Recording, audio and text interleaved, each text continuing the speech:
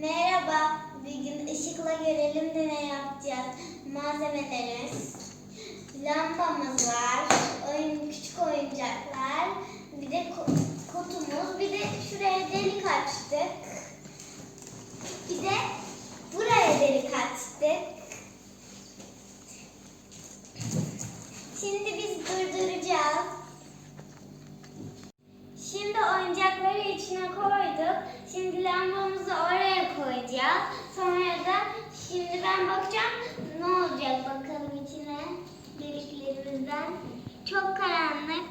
Hiçbir şey görünmüyor.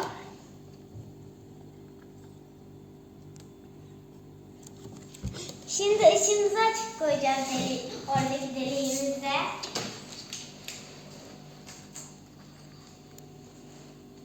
Her şey gözüküyor.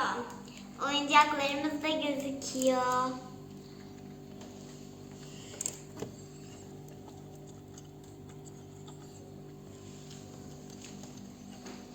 İşte bu deneyde de bunu öğrenmiş olduk.